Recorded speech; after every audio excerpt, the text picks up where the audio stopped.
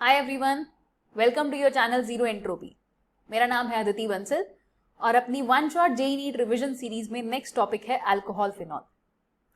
Alcohol का use hand sanitiser की form में इतना ज्यादा ट्रेमेंडस हो चुका है आज की डेट में। लेट अस अंडरस्टैंड कि ये कैसे ऑपरेट करता है। हैंड सैनिटाइजर्स में ज्यादातर इथेनॉल, प्रोपेनॉल या फिर आइसोप्रोपेनॉल ऐसे स्मॉलर अल्कोहल्स प्रेजेंट होते हैं जिनकी की प्रॉपर्टी होती है प्रोटीन्स को डीनेचर कर देना।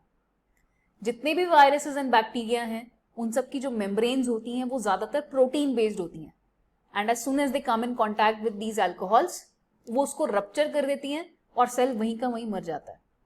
सो this is how this hand sanitiser protects us from bacteria and viruses.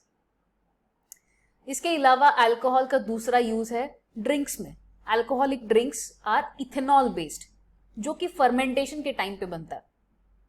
तो इसको अगर आप लिमिटेड क्वांटिटीज में ले रहे हो तो फिर ये सिवाय आपको सेंसेस से निकालने के बहुत ज्यादा हजार्डस इफेक्ट्स नहीं दिखाएगा, बट अगर आप प्रोलॉन्ग यूज करोगे, एक्सेसिव यूज करोगे तो लिवर सड़ जाएगा भाई। एंड मिथेनॉल की जहां तक बात है तो मिथेनॉल लिमिटेड क्वांटिटीज में भी इमीडिएटली टॉक्सिक होता है। ये फॉर्मिक एसिड में ऑक्सीडाइज होकर या तो ऑप्टिक नर्व के ऊपर अटैक करता है या फिर ये इवन फेटल भी हो सकता है। पर ये इंडस्ट्रियल यूजेस के लिए एक बहुत अच्छा कंपाउंड है। बहुत सारे केमिकल्स के लिए ये एक रॉ मटेरियल की तरह यूज होता है। तो इस वीडियो में स्टूडेंट्स हम अल्कोहल फिनॉल चैप्टर स्टार्ट करेंगे। हम अल्कोहल को तो कंप्लीट करेंगे पर फिनॉल की सिर्फ प्रिपरेशन रिएक्शंस तक कंप्लीट करेंगे। बाकी का पार्ट और ईथर ये हम नेक्स्ट वीडियो में करेंगे। So let's get started with alcohols, जिसमें हम प्रेपरेशन से शुरू करेंगे। एल्कीन से अल्कोहल की प्रिपरेशन वुड मीन कि हमें इस पाई बॉन्ड को ब्रेक करके एक तरफ H और दूसरी तरफ OH ऐड कर देना है। और इसके अपने पास तीन तरीके हैं, या तो एसिड कैटालाइज हाइड्रेशन, या फिर ऑक्सीमर्क्यूरेशन डीमर्क्यूरेशन, या फिर hydroboration oxidation. Acid catalyse hydration में कार्बोकेटाइन इंटरमीडिएट बनता है तो उसकी रीअरेंजमेंट भी हो सकती है और इसमें प्रोडक्ट जो होगा वो मार्कोनिकॉफ्स रूल को फॉलो करेगा। सॉरी, ऑक्सीमर्क्यूरेशन डीमर्क्यूरेशन की बात करें तो कार्बोकेटाइन इसमें भी बनेगा लेकिन वो थोड़ा सा डिफरेंट होगा, वो नॉन क्लासिकल होगा जिसकी वजह से वो रीअरेंज नहीं कर सकता, पर प्रोडक्ट अभी भी आपका मार्कोनिकॉफ्स रूल को फॉलो करेगा। लास्ट है हाइड्रोबोरेशन ऑक्सीडेशन। इसमें unlike others anti Markovnikov product बनता है और ये सबसे ज्यादा हिट क्वेश्चन है। इन तीनों में से ये बहुत फ्रीक्वेंटली पूछा जाता है कि भाई एंटी मार्कोनिकॉफ प्रोडक्ट किसके रिएजेंट से बनेगा। दूसरा इसका मेथड है एल्डिहाइड कीटोन्स को रिड्यूस करके।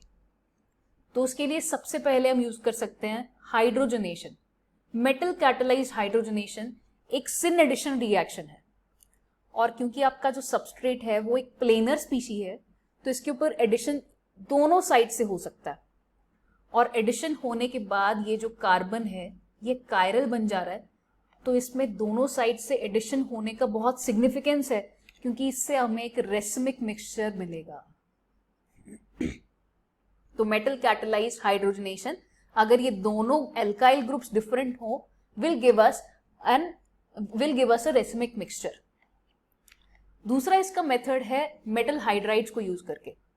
मेटल हाइड्राइड्स में lithium aluminium hydride, sodium borohydride, LiLH4 NaBH4 are the most common ones. LiLH4 की रिएक्टिविटी ज्यादा है तो इसलिए जब हम टेबल देखेंगे अभी फंक्शनल ग्रुप्स का कि ये किस किस को रिड्यूस करता है तो आप देखोगे कि most of the functional groups are reduced by LiLH4। और सोडियम बोरोहाइड्राइड बहुत सिलेक्टिव है, सिर्फ कुछ ही फंक्शनल ग्रुप्स को रिड्यूस करेगा ये। पर एक चीज जो दोनों में कॉमन है दैट इज डबल बॉन्ड को ये दोनों ही हाथ नहीं लगाते हैं, ये दोनों ही डबल बॉन्ड को रिड्यूस नहीं करेंगे। इनकी मैकेनिज्म दोनों की सिमिलर होती है। ये रिड्यूसिंग एजेंट्स हाइड्राइड सोर्स की तरह काम करते हैं। ऐसा नहीं है कि ये सच्ची मुच्ची में हाइड्राइड निकालते हैं, ये सिर्फ ऐसा रोल प्ले करते हैं कि अल्टीमेटली आपकी रिएक्शन में H- की एडिशन हो जाती है। फिर उसके बाद आप प्रोटोनेशन के लिए कुछ सॉल्वेंट डाल दोगे और OH बन जाएगा। इसमें एक बात का ध्यान रखना स्टूडेंट्स, जो भी आपका LiLH4 या NaBH4 में से जो भी आप डाल रहे हो वो हाइड्राइड जाके कार्बन के ऊपर ऐड होता है। और सॉल्वेंट से जो हाइड्रोजन आ रहा है वो जाके ऑक्सीजन के ऊपर ऐड होता है। इसके ऊपर हम क्वेश्चंस देखेंगे, कुछ एग्जांपल्स देखेंगे। Let's first look at this table कि कौन कौन से फंक्शनल ग्रुप्स LiLH4, कौन कौन से फंक्शनल ग्रुप्स NaBH4 रिड्यूस करता है। तो आप देख रहे हो ये तो सारे के सारे ही कर देगा, सिवाय इस डबल बॉन्ड के, ये सबको रिड्यूस करेगा। लेकिन NaBH4 देखो सिर्फ 3 को कर रहा है, इवन कीटोन को भी नहीं कर पा रहा है। एल्डिहाइड को करेगा, एसिड क्लोराइड को करेगा, एनहाइड्राइड को करेगा। LiLH4 का इपॉक्साइड के ऊपर जो रोल होगा वो मैं थोड़ा सा एक्सप्लेन करती हूँ आपको यहाँ पे। हाइड्राइड जब आएगा तो वो कौन सी साइड पे ऐड होगा, अगर एक अनसिमेट्रिकल इपॉक्साइड हो आपके पास, तो ये जो स्टेरिकली लेस हिंडर्ड कार्बन है वहां पे जाके ऐड होगा और आपका ये रिंग भी वहीं से ओपन होगा। पहले ये O- बनाएगा और फिर प्रोटोनेशन से OH बना देगा। अब नेक्स्ट देखते हैं इसकी कुछ एग्जांपल्स। अगर आपके पास है LiAlD4, तो जैसे मैंने आपको बोला था ये नहीं होगा यहाँ पे, जो भी इस हाइड्राइड सोर्स से आ रहा है वो जाके ऐड होगा कार्बन पे, जो भी सॉल्वेंट से आ रहा है वो जाके ऐड होगा ऑक्सीजन पे। तो आप देख सकते हो यहाँ पे कार्बन के साथ ड्यूटीरियम आ रहा है, ऑक्सीजन के साथ हाइड्रोजन आ रहा है। सेम चीज यहाँ पे, अगर ये हाइड्रोजन है तो ये कार्बन के साथ जाके ऐड होगा और जो सॉल्वेंट से आ रहा है वो जाके ऑक्सीजन के साथ रिएक्ट होगा। सिमिलरली नेक्स्ट क्वेश्चन स्टूडेंट्स, लेकिन इसमें एक बात का ध्यान रखना, सपोज यहाँ पे CD3OH दिया हुआ है, अब इस सॉल्वेंट में से एक्चुअली कौन सा हाइड्रोजन निकलेगा, ये सिर्फ प्रोटॉन जो ऑक्सीजन के साथ जुड़ा होता है सिर्फ वही प्रोटॉन की फॉर्म में निकल सकता है। ये वाला ड्यूटीरियम जो कार्बन के साथ जुड़ा हुआ है वो प्रोटॉन की फॉर्म में नहीं निकल सकता। तो फिर इसीलिए यहाँ पे हम देखेंगे ड्यूटीरियम जाएगा कार्बन के ऊपर, ऑक्सीजन के साथ ये वाला हाइड्रोजन आएगा। So this will be our final product. इसकी कुछ स्पेशल रिएक्शंस भी हैं। वैसे तो हमने इन जनरल देखा कि भाई डबल बॉन्ड LiAlH4 और NaBH4 दोनों ही हाथ नहीं लगाते हैं, जिसका कि हम एक एग्जांपल देखते हैं कि अगर मैंने क्रोटॉन एल्डिहाइड लिया और LiLH4 NaBH4 के साथ रिएक्शन करेंगे तो बिल्कुल एक्सपेक्टेड की तरह double bond as it is रहेगा और ये जो एल्डिहाइड है ये रिड्यूस होके यहाँ पे प्राइमरी अल्कोहल दे देगा। पर अगर मैं यहाँ पे इस मिथाइल ग्रुप को चेंज करके फिनाइल लगा दूं, ये सिनेमेल्डिहाइड बना दूं, तो इसकी रिडक्शन में LiAlH4 चीटिंग करके डबल बॉन्ड को भी रिड्यूस कर देता है। तो इस एक्सेप्शन को आप बिल्कुल याद रखोगे। इनफैक्ट ये पूरी की पूरी slide exam point of view से बहुत इंपॉर्टेंट है और LiLH4 की एग्जाम्पल तो याद रखना है। दूसरा मेथड है फॉर द रिडक्शन, ये सिर्फ कीटोन्स के ऊपर वर्क करेगा, एल्डिहाइड के ऊपर वर्क नहीं करेगा और इसको हम बोलते हैं MPV रिडक्शन। MPV रिडक्शन में हम कीटोन्स को रिड्यूस करके सेकेंडरी अल्कोहल बना देते हैं। इनफैक्ट ये एक रिवर्सिबल रिएक्शन होता है, कीटोन से सेकेंडरी अल्कोहल, सेकेंडरी अल्कोहल से कीटोन। अगर रिडक्शन कर रहे हो कीटोन से तो फिर MPV रिडक्शन बोलोगे, अगर अल्कोहल का ऑक्सीडेशन कर रहे हो तो ओपन एयर ऑक्सीडेशन बोलोगे। अच्छा, किसी चीज का रिडक्शन कर रहे हो तो कोई चीज ऑक्सीडाइज भी होनी चाहिए, तो ऑक्सीडेशन होने के लिए यहाँ पे हम डालते हैं आइसोप्रोपाइल अल्कोहल, जो कि ऑक्सीडाइज होके यहाँ पे हमें कीटोन बना के दे देगा। अब डिपेंडिंग अपॉन इन दोनों की कॉन्सेंट्रेशन आपका रिएक्शन का डोमिनेंस चेंज होते रहेगा। बस ली चार्टलियर लगाना है इसमें तो हमें। अगर हमने आइसोप्रोपाइल अल्कोहल को बढ़ा दिया तो रिएक्शन फॉरवर्ड भागेगा, मतलब कि आप MPV रिडक्शन कर रहे होगे। अगर आपने एसीटोन को बढ़ा दिया तो फिर आप ओपन एयर ऑक्सीडेशन कर रहे होगे। दोनों केसेस में ही जो कैटलिस्ट है दैट इज एल्यूमिनियम आइसोप्रोपोक्साइड। याद रहेगा, ये सिंपल है। नेक्स्ट देखते हैं ग्रिग्नार्ड रिएजेंट को कैसे यूज कर सकते हैं। तो ग्रिग्नार्ड रिएजेंट के लिए तो बड़ी सिंपल सी मैकेनिज्म होती है। कार्बोनिल के ऊपर अगर हमने R- को ऐड किया तो पहले स्टेप में आपके पास CO नेगेटिव बन जाएगा और R का एडिशन हो जाएगा। अब डिपेंडिंग अपॉन कि आपने ये बाकी के दोनों ग्रुप्स क्या रखे हैं, आपका फाइनल अल्कोहल का डिग्री वेरी होते जाएगा। मान लो दोनों हाइड्रोजन है तो फिर आपको प्राइमरी अल्कोहल मिल जाएगा, एक हाइड्रोजन दूसरा एल्काइल ग्रुप सेकेंडरी अल्कोहल, दोनों एल्काइल ग्रुप टर्शरी अल्कोहल। तो इस तरीके से ग्रिग्नार्ड रिएजेंट को यूज करके हम किसी भी डिग्री ऑफ अल्कोहल को सिंथेसाइज कर सकते हैं। अगर फिनॉल को प्रिपेयर करना है तो इंडस्ट्रियल लेवल पे आपके पास दो मेथड्स हैं। एक तो ये डाउस प्रोसेस हो गया, जिसमें कि आप क्लोरोबेंजीन लेके NaOH के साथ रिएक्ट कराओगे, तो पहले फिनॉक्साइड बन जाएगा, फिर फिनॉल बन जाएगा। बस इसकी ये जो कंडीशंस है इसको याद रख लेना एकदम। ये जेई में और नीट में दोनों में ही पूछा जा चुका है। जेई में तो इसी साल पूछा था एक पेपर में, एक शिफ्ट में। दूसरा मेथड है क्यूमीन प्रोसेस। क्यूमीन प्रोसेस में ये कंडीशन गलत लिख रखी है, पहले वाली रिपीट होगी। क्यूमीन प्रोसेस में हम क्यूमीन लेंगे विच इज आइसोप्रोपाइल बेंजीन, जिसको कि आपको याद होगा FC एल्काइलेशन से बना सकते हो। अगर मैंने लेट्स से क्लोरोप्रोपील ले लिया, इस क्यूमीन प्रोसेस में आप क्यूमीन से स्टार्ट करते हो विच इज आइसोप्रोपाइल बेंजीन, जिसको कि आपको याद होगा आप इसको FC एल्काइलेशन से बना सकते हो। लेट्स से अगर मैंने कार्बन कार्बन कार्बन क्लोरीन ऐसा कुछ AlCl3 के साथ कॉम्बिनेशन में ले लिया बेंजीन के ऊपर, तो फिर क्या मुझे यही मिलेगा? क्योंकि यहाँ पे पहले कार्बोकेटाइन बनेगा, रीअरेंज होके यहाँ पहुंचेगा और फिर ये बेंजीन के ऊपर ऐड हो जाएगा। तो आइसोप्रोपाइल बेंजीन FC एल्काइलेशन से बहुत इजीली अवेलेबल है।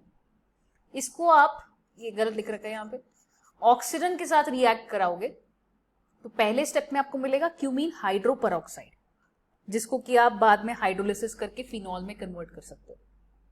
क्यूमीन प्रोसेस डाउस प्रोसेस से थोड़ा सा बेटर होता है, क्योंकि इसमें जो बाय प्रोडक्ट मिलता है साथ में वो भी बहुत यूजफुल है। एसीटोन अपने आप में भी एक फाइनल प्रोडक्ट है, अदरवाइज ये एक बेसिस बनता है और बहुत सारे चीजों को सिंथेसाइज करने के लिए। तो क्यूमीन प्रोसेस थोड़ा सा डाउस प्रोसेस से बेटर है। अच्छा, ये क्वेश्चन नीट में रेपिटेटिवली पूछा जा चुका है, इसके इंटरमीडिएट के ऊपर भी और इसकी फाइनल प्रोडक्ट के ऊपर भी। क्यूमीन प्रोसेस के ऊपर नीट में बहुत बार क्वेश्चन पूछा है। डायाजोनियम से बना सकते हो, हमें पता है डायाजोनियम के ऊपर पानी डाल देंगे तो फिनॉल बन जाएगा, और डायाजोनियम बनाना बड़ा आसान है। एनिलीन के ऊपर NaNO2 HCl डालना है। सिमिलरली आप सल्फोनिक एसिड से भी बना सकते हो, बेंजीन सल्फोनिक एसिड। अगर आप बेंजीन के ऊपर EAS कराते हो, ओलियम भी लिख सकते हो, कॉन्सेंट्रेटेड H2SO4 भी लिख सकते हो। तो बेंजीन सल्फोनिक एसिड का ये जो बॉन्ड होता है थोड़ा वीक होता है। जैसे आप इसको बेसिक मीडियम में रखोगे, बेसिक मीडियम में रख के ये पहले फिनॉक्साइड बन जाएगा, फिर इसका प्रोटोनेशन करके आप इसको फिनॉल में कन्वर्ट कर सकते हो। लास्ट आता है डीकार्बोक्सिलेशन मेथड, सोडा लाइम का method. Caustic soda and quick lime, इन दोनों का मिक्सचर यूज करते हैं हम। कार्बन आयन इंटरमीडिएट होता है इसमें, डीकार्बोक्सिलेशन रिएक्शन होता है इसमें। और क्योंकि मीडियम आपका बेसिक है, तो ये जो फिनॉल है वो भी फिनॉक्साइड की फॉर्म में बनेगा पहले, फिर प्रोटोनेशन करके फिनॉल में कन्वर्ट करना पड़ेगा। कंपाउंड का नाम याद रखना, इसमें हमने यहाँ पे सोडियम सैलिसिलेट लिया है। सैलिसिलिक एसिड था ना, OH और कार्बोक्सिलिक एसिड दोनों ऑर्थो पोजिशंस पे, तो उसका सैलिसिलेट यानी कि सोडियम के साथ सॉल्ट लिया था, उसका डीकार्बोक्सिलेशन लिया। So these are the methods of preparation of phenol. अब हम देखते हैं अल्कोहल की प्रॉपर्टीज। अल्कोहल की प्रॉपर्टीज दो तरीके की हैं, दो तरीके की रिएक्शंस हैं इसकी बेसिकली। एक तो एसिड टाइप, जिसमें कि आप ऑक्सीजन और हाइड्रोजन का बॉन्ड ब्रेक करोगे, O- बनेगा और H पॉजिटिव बनेगा। दूसरा इसका टाइप ऑफ रिएक्शन है जब आप कार्बन और ऑक्सीजन के बॉन्ड को ब्रेक करना चाहते हो, पर ये बॉन्ड ना आप डायरेक्टली नहीं ब्रेक कर सकते हो, because OH- is a very poor leaving group. कभी भी न्यूट्रल ऑक्सीजन होगा अगर कार्बन के साथ जुड़ा हुआ, तो it is a very poor leaving group.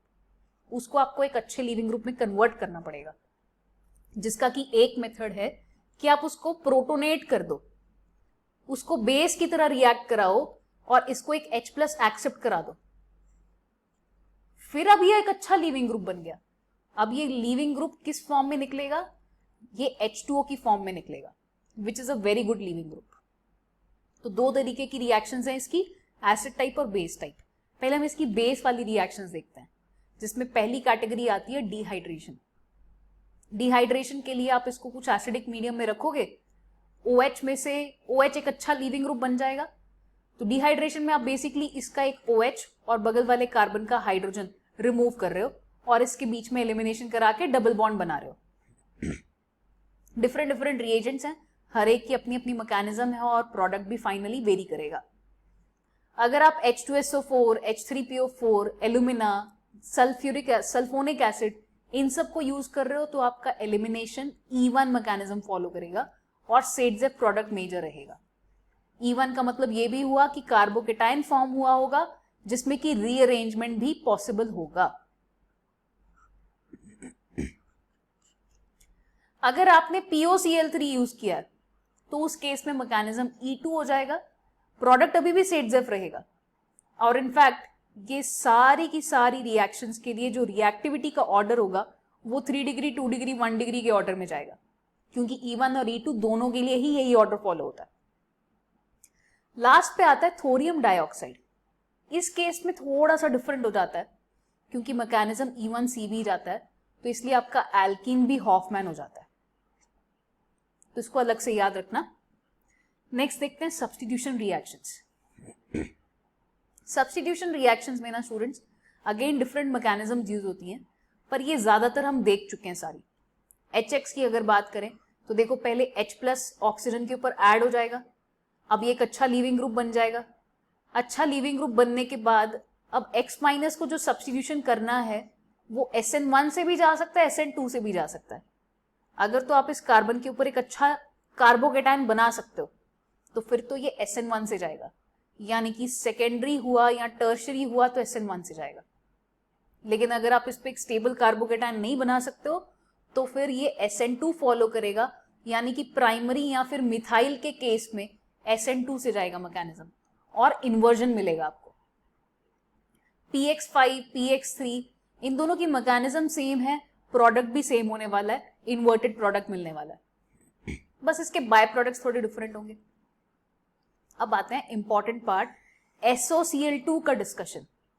SOCl2 is a very good reagent alcohol को हैलाइड में कन्वर्ट करने के लिए, पर्टिकुलरली क्लोराइड में कन्वर्ट करने के लिए। तो इसमें SO2 और HCl दो गैसियस प्रोडक्ट्स हैं जो कि उड़ जाएंगे और आपको जो प्रोडक्ट मिलेगा वो काफी प्योर फॉर्म में मिलेगा। अगर आप अकेला SOCl2 यूज कर रहे हो, जिसको कि आप डार्जन्स प्रोसेस भी कहते हो, तो मैकेनिज्म जाएगा SNI और आपको प्रोडक्ट रिटेंशन मिलेगा। लेकिन अगर आप इसी SOCl2 को पिरिडीन के प्रेजेंस में यूज करोगे तो फिर से SN2 and inverted product. Next देखते हैं ROH as an acid. Alcohol को जब हम एक एसिड की तरह यूज कर रहे हैं, इसको ध्यान से देखना, अल्कोहल एसिड की तरह बिहेव कर रहा है, मतलब ये H+ रिलीज करेगा। जो भी आपने बेस डाला है वो इस H+ को एक्सेप्ट करेगा। इन दोनों के जो कॉन्जुगेट्स बनेंगे वो क्या बनेंगे, अल्कोहल का कॉन्जुगेट बेस RO- और इस बेस का H+ एक्सेप्ट करने के बाद कॉन्जुगेट एसिड बना HA। कभी भी कोई भी जब ऐसा एसिड बेस रिएक्शन हो तो उसमें एक रूल हमेशा याद रखना, reaction always goes from strong to weak. Reaction हमेशा स्ट्रॉन्गर साइड से वीकर साइड पे जाएगा। तो अगर मैं आपको इतना इंफॉर्मेशन दे दूं इस इक्विलिब्रियम के बारे में कि भाई ये जो इक्विलिब्रियम है ये फॉरवर्ड डायरेक्शन में डोमिनेंट है, तो इससे क्या क्या चीजें कंक्लूड कर सकते हो आप, ये देखो। इससे आप ये कंक्लूड कर सकते हो कि भाई अगर मैं इस अल्कोहल को और इस कॉन्जुगेट एसिड को कंपेयर करूं स्ट्रेंथ में, तो इसका मतलब हुआ ये अल्कोहल एक स्ट्रॉन्गर एसिड है, जो भी इसका कॉन्जुगेट एसिड बना वो वीक है। या फिर वाइस वर्सा, जैसे मान लो इस अल्कोहल के केस में मैंने आपको बोल दिया, लेट्स से ये जो बेस है दिस इज OH-। OH- के साथ अल्कोहल्स का रिएक्शन नहीं होता, ना तो ये NaOH के साथ रिएक्ट करेगा ना ही ये KOH के साथ रिएक्ट करेगा। तो इससे हम क्या कंक्लूड कर सकते हैं, हम ये बोल सकते हैं कि भाई ये रिएक्शन बैकवर्ड साइड पे डोमिनेंट है। इसका मतलब क्या हुआ कि इसका जो कॉन्जुगेट एसिड होगा यानी कि पानी, वो इससे एक स्ट्रॉन्ग एसिड है, मतलब एसिडिक स्ट्रेंथ में H2O is more than alcohol, ये कंक्लूड कर सकते हैं अपन। सिमिलरली एक और इंपॉर्टेंट कंक्लूजन बताती हूं मैं आपको यहां से, अगर मुझे पता हो कि H2CO3 का एसिडिक स्ट्रेंथ अल्कोहल से ज्यादा है, याद रहे अभी मैंने आपको एसिड का स्ट्रेंथ बोल दिया है, तो इसका मतलब इसका जो कॉन्जुगेट बेस होगा, इसमें से H+ निकाल दो, इसका जो कॉन्जुगेट बेस होगा HCO3 माइनस, तो बताओ जरा क्या अल्कोहल इसके साथ रिएक्शन दिखा पाएगा?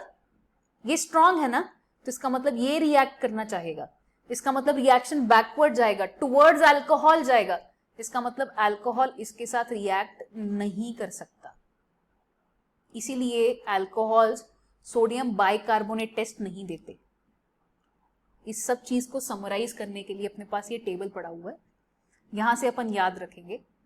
अल्कोहल मेटल के साथ रिएक्शन देगा, हाइड्राइड के साथ भी देगा, पर ना तो NaOH के साथ, ना कार्बोनेट, ना ही बाइकार्बोनेट। फिनॉल का देखेंगे तो सिर्फ बाइकार्बोनेट के साथ नहीं रिएक्ट करेगा, बाकी सबके साथ देगा। कार्बोक्सिलिक एसिड सबके साथ करेगा, ईथर किसी के साथ नहीं करेगा। और ये अगर आप ये लॉजिक अच्छे से समझ पाए हो तो आप इस ऑर्डर को याद रखोगे। ये देखो, H2CO3 is more acidic in comparison to alcohol. In fact पानी भी अल्कोहल से ज्यादा है, with one exception, that is methanol. Phenol इन सबसे ज्यादा एसिडिक है। अब आपके लिए क्वेश्चन ये है, you have to answer this without looking at this. मुझे बताओ क्या फिनॉल सोडियम बाइकार्बोनेट टेस्ट देगा या नहीं देगा? सोच लेना, बता देना। Now let's talk about the comparative acidic strength of phenol. Phenol का एसिडिक स्ट्रेंथ मतलब उसके कॉन्जुगेट बेस का स्टेबिलिटी। उसके कॉन्जुगेट बेस का स्टेबिलिटी जितना ज्यादा होगा, यानी कि एसिड का स्ट्रेंथ उतना ही ज्यादा होगा। तो देखो, कॉन्जुगेट बेस की स्टेबिलिटी तो इलेक्ट्रॉन विड्रॉइंग ग्रुप से ज्यादा होगी। तो अगर कोई भी इलेक्ट्रॉन विड्रॉइंग ग्रुप प्रेजेंट है तो वो फिनॉल की एसिडिक स्ट्रेंथ को बढ़ाएगा। कोई भी इलेक्ट्रॉन डोनेटिंग ग्रुप प्रेजेंट है तो वो फिनॉल की एसिडिक स्ट्रेंथ को कम करेगा। एग्जांपल्स देखते हैं कुछ। फटाफट से पॉज करो वीडियो को, इस क्वेश्चन को सॉल्व करके मुझे बताओ। इसके लिए हिंट मैंने ऑलरेडी दे रखा है, सारे इफेक्ट्स यहां पे लिखे हुए हैं। चलो लेट्स डिस्कस। ये जो नॉर्मल फिनॉल है इसको तो आप ले लो रेफरेंस लेवल, नंबर कर देते हैं सबको, ये 1, ये 2, ये 3, ये 4, ये 5 और ये 6। तो नंबर 1 जो है ये अपना रेफरेंस लेवल हो गया बीच में। कोई भी इलेक्ट्रॉन डोनेटिंग ग्रुप्स हैं तो एसिडिक स्ट्रेंथ को कम करेंगे, मतलब ये भी कम करेगा और ये विड्रॉइंग, ये विड्रॉइंग, ये विड्रॉइंग और ये भी कम करेगा। कौन ज्यादा कम करेगा, मेसोमेरिक या फिर हाइपर कॉन्जुगेशन? मेसोमेरिक ज्यादा कम करेगा। तो इसका मतलब लीस्ट एसिडिक इन सब में से हो गया 6 नंबर। 6 नंबर की सबसे कम, उससे ज्यादा हो जाएगी 2 नंबर और उससे ज्यादा हो जाएगी 1 नंबर। अब बचे कौन कौन से? 3, 4 एंड 5। इन सबको कंपेयर करते हैं।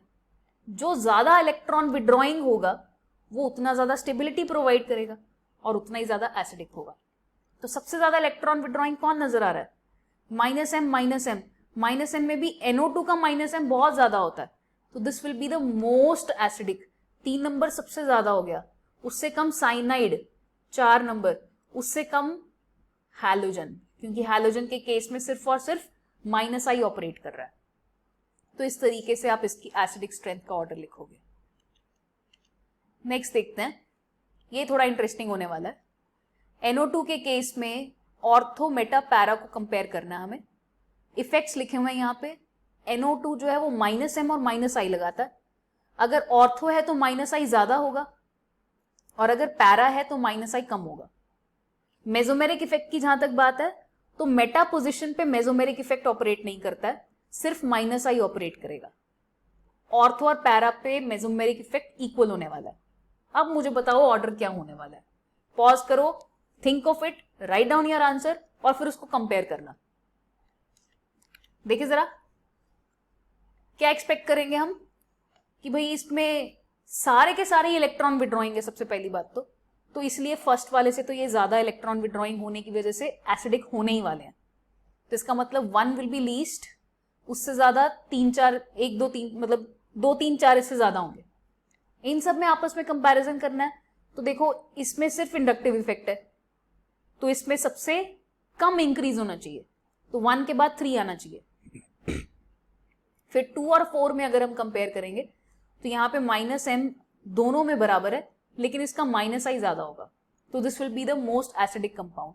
तो 2, 4, 3, 1 ऐसा ऑर्डर हम एक्सपेक्ट करेंगे, बट ऐसा होता नहीं है। क्या ऑर्डर आता है एक्चुअल में? ऑर्थो से ज्यादा हो जाता है पैरा, फिर मेटा, फिर normal phenol. This is the actual order. और ऐसा एक्चुअल ऑर्डर क्यों आता है? ये आता है आपका हाइड्रोजन बॉन्डिंग की वजह से। कभी भी विद इन द मॉलिक्यूल अगर चिलेटिंग पॉसिबिलिटी होगी तो फिर वो उसको बहुत ज्यादा स्टेबिलिटी प्रोवाइड करता है। तो ये इस अपनी स्टेबिलिटी को लूज करके, इस बॉन्ड को ब्रेक करके हाइड्रोजन को लूज नहीं करना चाहता है, तो इसलिए इसकी एसिडिक स्ट्रेंथ पैरा वाले से कम हो जाती है। इनफैक्ट सिर्फ एसिडिक स्ट्रेंथ नहीं, बॉइलिंग पॉइंट के ऊपर भी इसका फर्क आता है। और ये क्वेश्चन इस बार जेईई मेंस में पूछा भी गया था, नीट में भी एक बार पूछा जा चुका है। Which of these are steam volatile? Paranitrophenol या फिर ऑर्थोनाइट्रोफिनॉल? स्टीम वोलेटिलिटी के ऊपर क्वेश्चन पूछा जा चुका है। तो देखो बॉइलिंग पॉइंट, इसमें तो सिर्फ with in the molecule interaction, लेकिन पैरा वाले में मॉलिक्यूल्स आपस में इंटरेक्ट कर रहे होंगे, तो वेरी स्ट्रांग होगा बॉन्डिंग उसका, वो ब्रेक नहीं कर पाएगा इंटरमॉलिक्यूलर फोर्सेस को। तो इसलिए इसका बॉइलिंग पॉइंट हाई होगा, इसका बॉइलिंग पॉइंट कम होगा। आई बात समझ में? स्टीम वोलेटिलिटी वाला पॉइंट याद रखना। नेक्स्ट एग्जाम्पल फटाफट से सॉल्व करो, पॉज करो, सॉल्व करो, आंसर लिखो, फिर टैली करना। जैसा नाइट्रो के केस में एक्सपेक्ट किया था वैसे ही साइनाइड में भी एक्सपेक्ट करेंगे अपन। क्या एक्सपेक्ट करेंगे? The order we expect would be 2, 4, 3, 1। लेकिन क्या इसमें हाइड्रोजन बॉन्डिंग नहीं होगी जैसे नाइट्रो में हुई थी? नाइट्रो के केस में भी nitrogen, oxygen, what are the 3 elements जो हाइड्रोजन बॉन्डिंग कर सकते हैं? या तो नाइट्रोजन, या फिर ऑक्सीजन, या फिर फ्लोरीन। तो यहां पे भी प्रेजेंट है ना नाइट्रोजन, हाइड्रोजन बॉन्डिंग हो जाना चाहिए, बट ऐसा होता नहीं। क्यों? क्योंकि ये जो साइनाइड है वो लीनियर इन शेप होता है, तो ये भी लीनियर, ये भी वी शेप, तो ये दोनों हाइड्रोजन दोनों डैब करते हुए आपस में मिल ही नहीं पाते। पहले वाले केस में क्या हुआ था? पहले वाले केस में चलो मान लो हाइड्रोजन इस तरफ है, इधर एक नाइट्रो बना के दिखाती हूं आपको, इधर एक ऑक्सीजन होगा, इधर एक ऑक्सीजन होगा, तो ये हाइड्रोजन और ऑक्सीजन आपस में हाइड्रोजन बॉन्ड बना सकते हैं, दे आर अप्रोचेबल। इनफैक्ट इससे एक स्टेबल 6 मेंबर रिंग बन रहा है, लेकिन ये तो लीनियर होने की वजह से इसको अप्रोच ही नहीं कर पाता है, तो इसलिए इसकी कोई इंटरेक्शन नहीं होती है। तो cyanide is unable to do hydrogen bonding. तो उस केस में कुछ एबनॉर्मैलिटी नहीं आती है, जो एक्सपेक्ट कर रहे हो वैसा ही आंसर आएगा। समझा?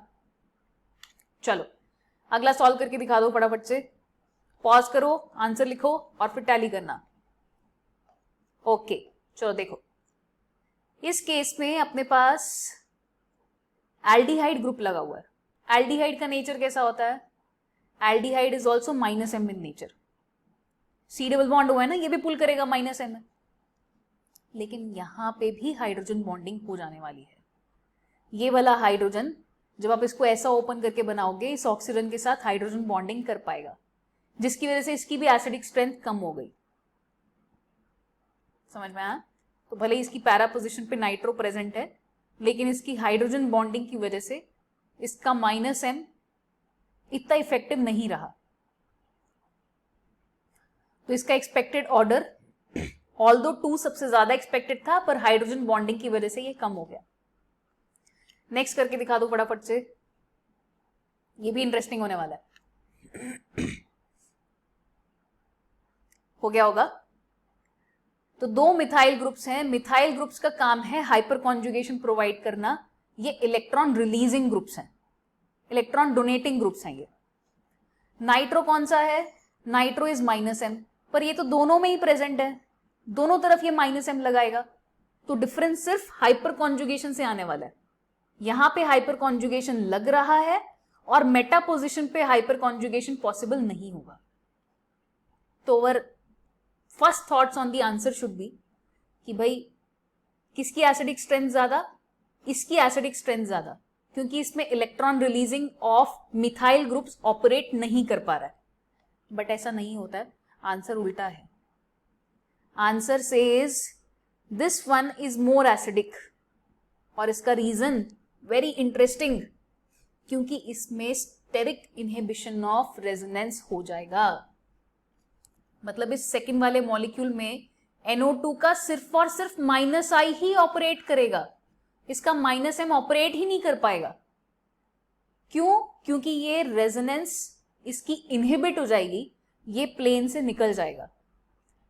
जब भी ऑर्थो पोजिशन पे बल्की ग्रुप्स लगे हों, मिथाइल ऑल्सो क्वालिफाइज एज बल्की ग्रुप, तो जब भी ऐसे बल्की ग्रुप्स ऑर्थो पोजिशन पे लगे हों दोनों साइड्स पे, तो फिर इसको अपना प्लेन चेंज करना पड़ेगा, ये रेजोनेंस नहीं कर पाएगा। फिनाइल के साथ सेम प्लेन में ना रह के ये परपेंडिकुलर प्लेन में चला जाएगा। तो जैसे ही रेजोनेंस रुक गया तो -M हट गया, तो इसका सिर्फ और सिर्फ -I लग रहा है, वेराज यहां पे -M लग रहा है, तो इसकी एसिडिक स्ट्रेंथ बढ़ गई। अगला सॉल्व करो अब, लेट्स सी ये कर पाते हो कि नहीं। यहां पे NO2 है, यहां पे साइनाइड है, दोनों के ऑर्थो पोजिशंस पे मिथाइल ग्रुप लगा हुआ है, तो क्या एक्सपेक्ट करोगे?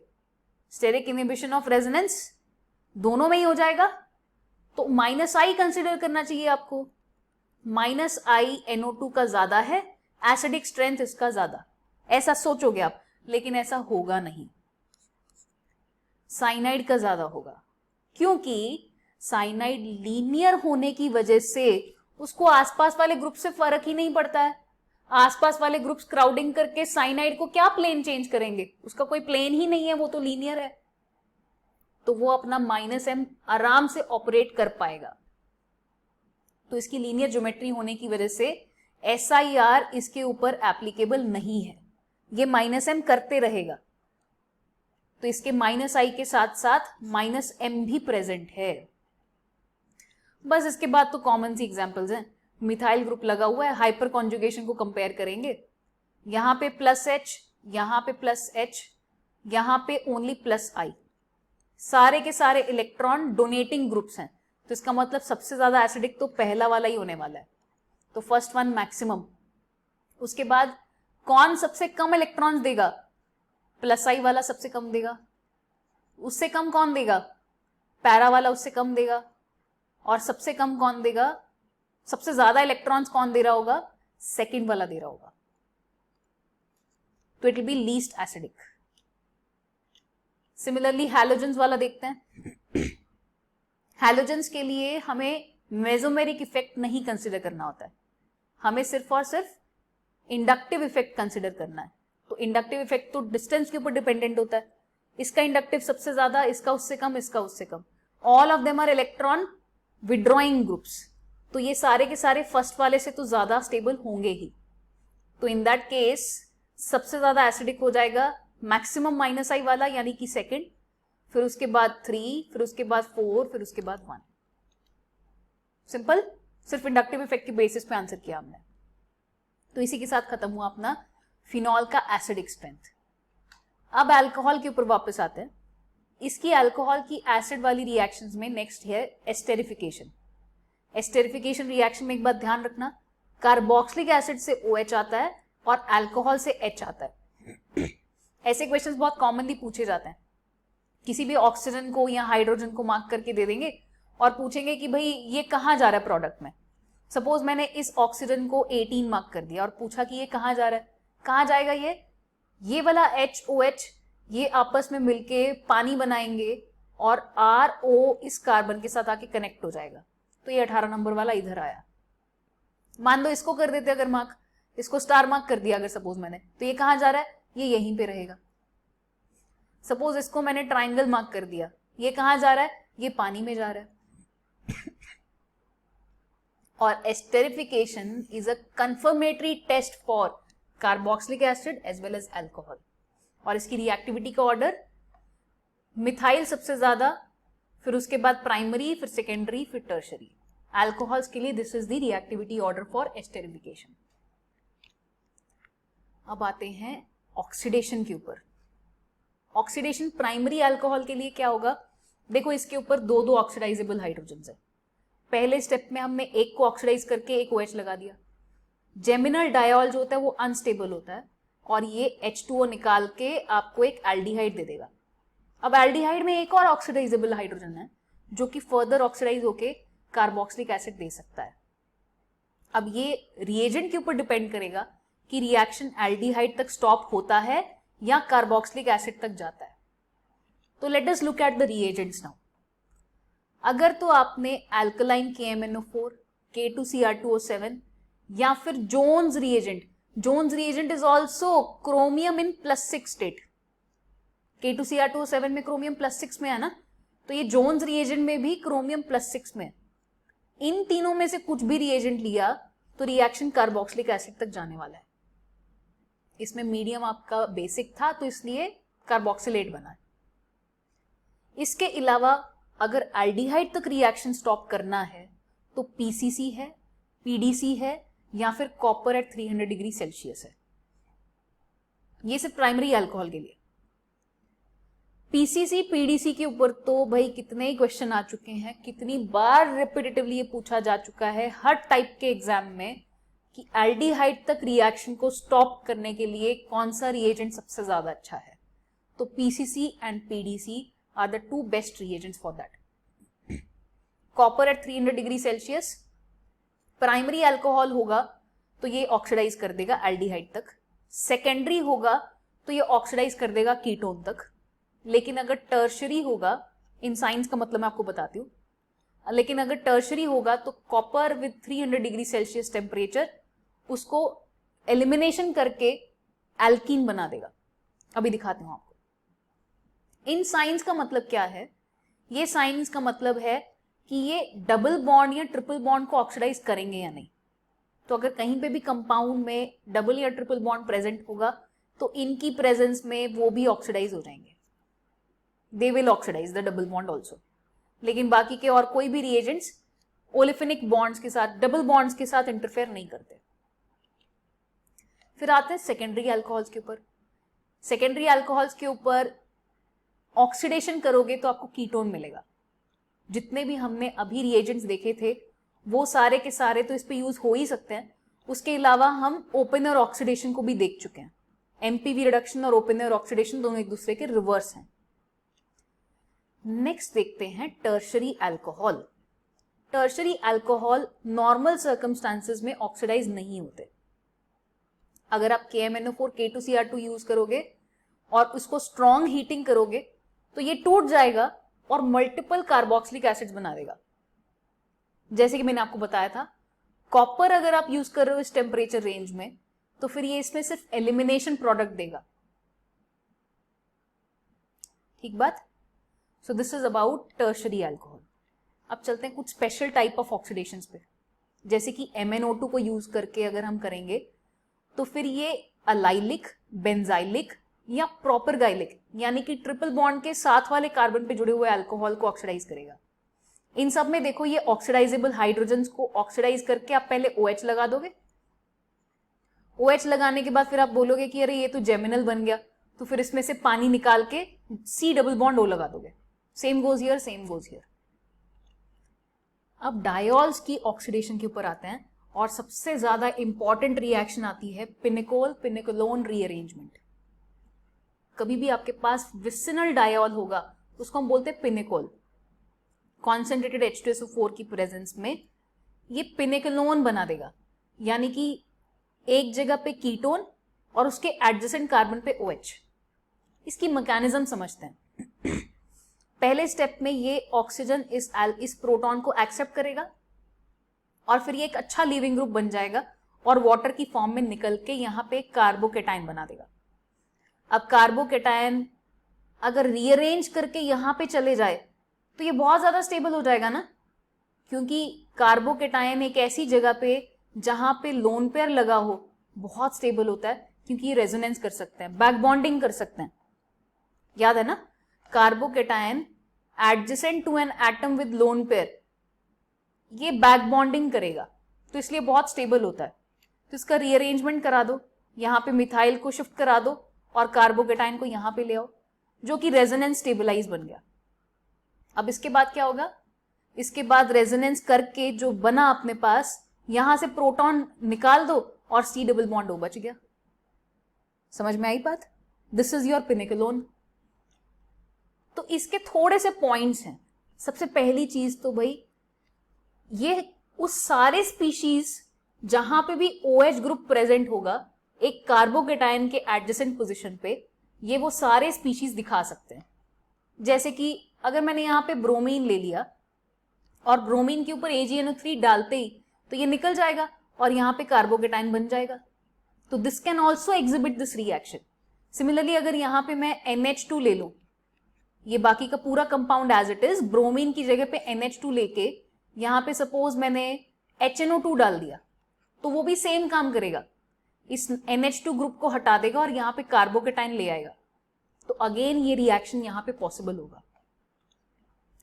अगर अनसिमेट्रिकल होगा तो कार्बोकेटाइन ऐसी पोजीशन पे बनेगा जहां पे वो सबसे ज्यादा स्टेबल हो। उसके बाद कौन सा ग्रुप माइग्रेट करेगा वो उसकी माइग्रेटिंग एबिलिटी के ऊपर डिपेंड करता है, जिसका कि ऑर्डर आपके सामने है। इसमें खास ध्यान देने वाली बात यह है, हाइड्राइड की टेंडेंसी सबसे कम है और फिनाइल की टेंडेंसी सबसे ज्यादा है। तो एक बात याद रखना, फिनाइल, फिर उसके बाद एल्काइल, फिर उसके बाद हाइड्राइड। जैसे जो नॉर्मल कार्बोकेटाइन रीअरेंजमेंट होता है वो ऐसा नहीं होता है ना, उसका ऑर्डर डिफरेंट होता है। उसके लिए प्रायोरिटी ऑर्डर क्या होता है, पहले हाइड्राइड, फिर मिथाइल, फिर फिनाइल। लेकिन इसमें उल्टा है।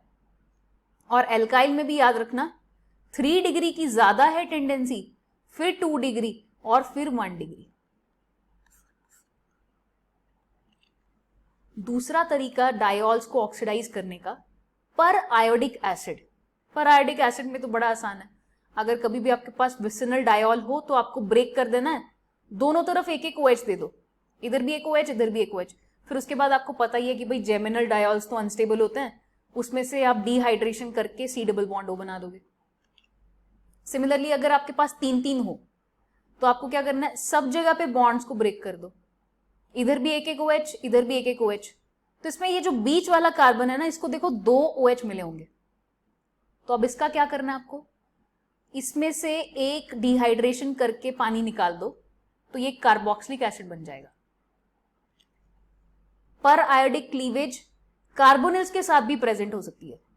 तो अगेन आप यहां से बॉन्ड तोड़ो, यहां से बॉन्ड तोड़ो और सब जगह OH दे दो, इसको भी एक OH, इसको भी एक OH, इसको भी एक OH, इधर भी एक OH। तो आपके पास क्या क्या स्पीशीज बनेंगे। इधर वाला तो आप आई थिंक हैंडल कर लोगे, कार्बोक्सिलिक एसिड बना दोगे, इसका आप एक कीटोन बना दोगे।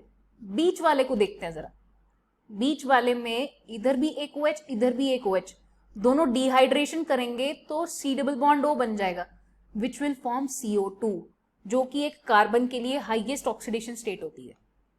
तो इसमें आपको 1 मोल कार्बोक्सिलिक एसिड बना, 1 मोल कीटोन बना और 1 मोल कार्बन डाइऑक्साइड बना। इस चीज की एप्लीकेशन ग्लूकोज और फ्रक्टोज को स्ट्रक्चर को समझने के लिए यूज की जाती है। आप इसको पर आयोडिक एसिड के साथ रिएक्ट करा दो, डिपेंडिंग अपॉन आपको क्या क्या चीजें मिली, आप इसके स्ट्रक्चर के बारे में इंपॉर्टेंट इंफॉर्मेशन समझ सकते हो। सेम गोज हियर, HiO4 के साथ रिएक्ट करा दो। Last, detection of alcohols. इसके लिए 2 टेस्ट सीखेंगे अपन, एक तो है विक्टर मेयर टेस्ट और दूसरा है ceric ammonium nitrate test. Victor Meyer test को RBC टेस्ट भी बोलते हैं। इसके सारे स्टेप्स आपको नहीं भी समझेगा तो इट्स ओके। याद रखने वाली चीज क्या है, RBC, 1 डिग्री अल्कोहल के साथ रेड कलर, 2 डिग्री अल्कोहल के साथ ब्लू कलर, 3 डिग्री अल्कोहल के साथ कलरलेस। और सिरिक अमोनियम नाइट्रेट टेस्ट, ये सबके साथ सेम रिएक्शन देगा, पहले तीनों के साथ रिएक्ट करके ये पिंकिश रेड कलर दे देगा। पर अगर आप उसको लंबे समय तक रखोगे तो 1 डिग्री के साथ और 2 डिग्री के साथ तो ये कलरलेस हो जाएगा, पर 3 डिग्री के साथ सेम टू सेम कलर रहेगा, no change will be observed. तो इसी के साथ स्टूडेंट्स वी फिनिश फिनॉल्स का प्रॉपर्टीज का पार्ट और ईथर्स का पार्ट हम नेक्स्ट वीडियो में कवर करेंगे। उसके अलावा बाकी का पूरा पार्ट हमने कवर कर लिया। यहाँ पे एक छोटी सी announcement students, we are very shortly starting our crash course for JEE and NEET. आप बोलोगे ये ऑलरेडी चल तो रहा है, नया क्या है? इसमें नया ये है, इसमें तीनों सब्जेक्ट्स आ रहे हैं, फिजिक्स केमिस्ट्री मैथ्स, तीनों सब्जेक्ट्स के साथ साथ इसमें टेस्ट सीरीज भी स्टार्ट हो रही है and all of that is completely free of cost. इस कोर्स के बारे में और इन्फॉर्मेशन के लिए एक अलग से वीडियो बना के मैंने अपलोड कर दिया है, you can take a look at it. Thank you everyone, see you next time, bye bye.